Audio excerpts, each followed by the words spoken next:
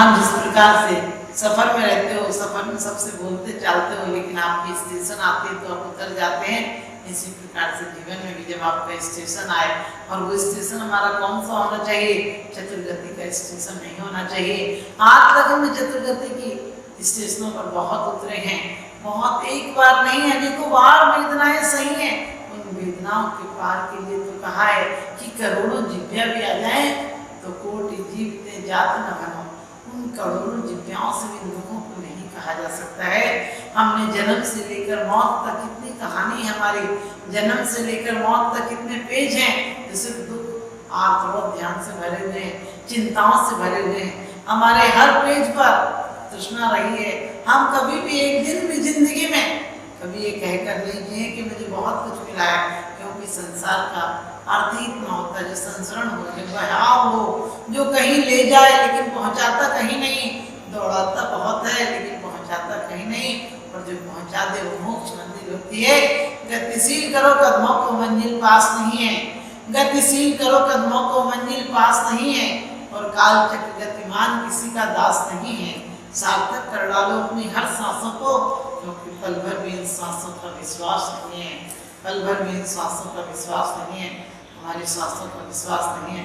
इसलिए हम सांसों को सार्थक बनाएंगे और सांसों को भक्ति और आराधना में ले जाएंगे।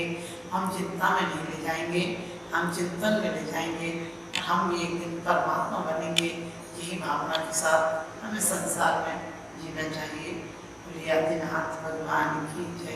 जन्मे मरे अकेला चेतन सुख दुख का भोगी, और किसी का क्या एक दिन यह देह जुदी होगी। कमला चलत न पैड़ जाए मरघट तक परिवार, अपने अपने सुख को रोवे पिता पुत्र दारा। जो मेले में पंथी जन्मिने फिरे धरते, त्यों करवर पर रेन बसेरा पंछी याद। कोस कोई दो कोस कोई उड़ उड़ थक थक हारे, जाए अकेला हंस संग में कोई न पर मारे। इतनी सुंदर बात कही है कि हम सोचते हैं कोई हमारा है, कोई हमारा साथ देगा, लेकिन जन्मे मरे अकेला चेतन सुख दुख का भोगी, और किसी का क्या एक दिन है देह जुदी होगी। कहा है कि हम सोचते हैं कोई परिवार हमारा साथ काम आएगा, कोई परिवार हमारी सुरक्षा करेगा, लेकिन जन्म के समय में इंसान अकेला आता है। आते समय दिगंबर आया, आते समय दिगंबर आया, मरते समय चदरिया उड़े। जीवन भर क्या गया साथ में, देख न पाए अपने बोले। वास्तव में हम क्या करते हैं, अंधे ही अंधे नहीं होते हैं, जो अंदर की आंखें जिनकी नहीं होती हैं, जिनको ये संसार की हकीकत दिखाई नहीं देती है कि वास्तव में मैं अकेला आया हूँ, अकेला चला जाऊँगा।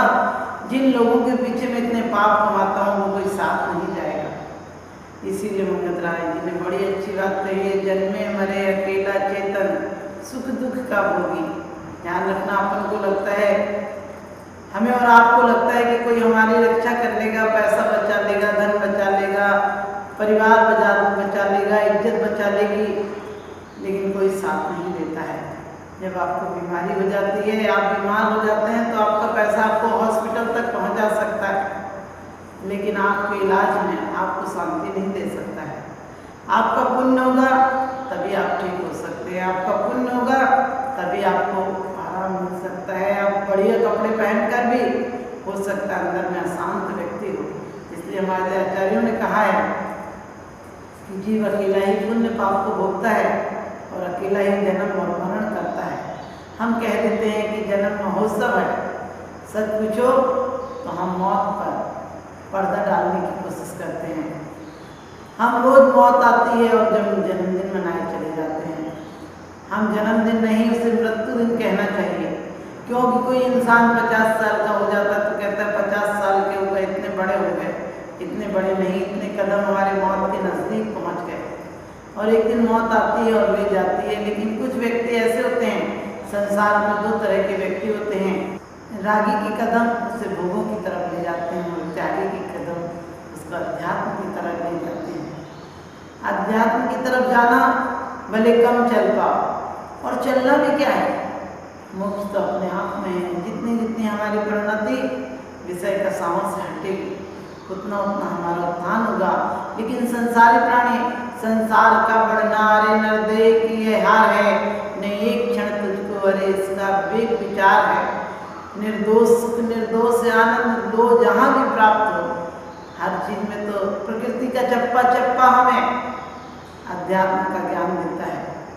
एक पक्षी भी चहचहा लेते हैं, आपने देखा होगा, फूल भी मस्ती में डोल लेते हैं, लेकिन इंसान है कि उदास है। क्यों उदास है?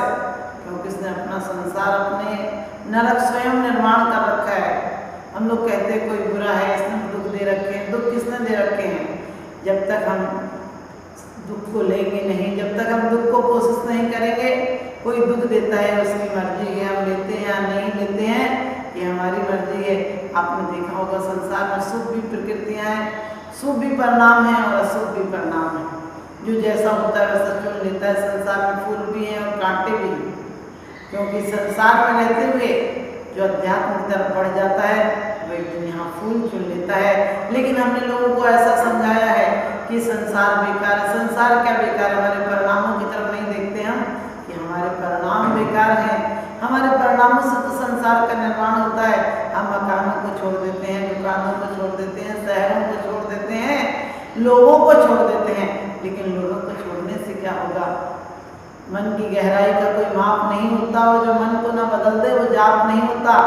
लाख छुपा लेना अपने पाप किसी गैरों से, लेकिन मन से छुपा हुआ कोई पाप नहीं होता। मन को नहीं बदलते, मन को सुख प्रवृत्ति में नहीं लगाते, फिर संसार को गालियाँ दिए जाते हैं। हमने लोगों को, बच्चों को, छोटे छोटे बच्चों को ये सिखाया कि संसार असार है। वास्तव में इसी में से सार भी निकलता है। इसी असार संसार में से जो ज्ञानी होते हैं वो सार निकाल ले जाते हैं। वो तो उपसर्ग और संघर्षों से भी जीवन को उत्थान की तरफ ले जाते हैं। और रागी व्यक्ति संसार की वस्तुओं को जोड़ते जोड़ते मर जाता है। रागी व्यक्ति पदार्थों का संचय करते करते मर जाता है और भोग भी नहीं पाता, और एक दिन मौत आती है। और गांव के लोग, पड़ोस के लोग जिन्हें उसने मंगल प्रवेश में मिलाया था, वो उसे शमशान घाट ले जाने की तैयारी करते हैं और बड़ी बेइज्जती से ले जाते हैं लोग। तब भी तो याद नहीं आती हमारे यहाँ कुछ पुरानी परंपराएं। ये जो भी परंपराएं हैं वो बहुत अध्यात्म की तरफ झुकाव की थी, लेकिन हमने सबको गलत ले लिया है। आदमी इतना बेईमान है, किसी को सत्य सुनाने जाता है, ये सोचता है कि एक दिन लोग हमें आकर भी सुनाएंगे, सुनने वाला चला जाएगा तो किसको सुनाओगे? अरे जीते जी अपने आप को थोड़ा बहुत समझो कि इस धन संपत्ति तो परिवार कहाँ तक साथ जाएगा, कौन कब तक साथ निभाएगा।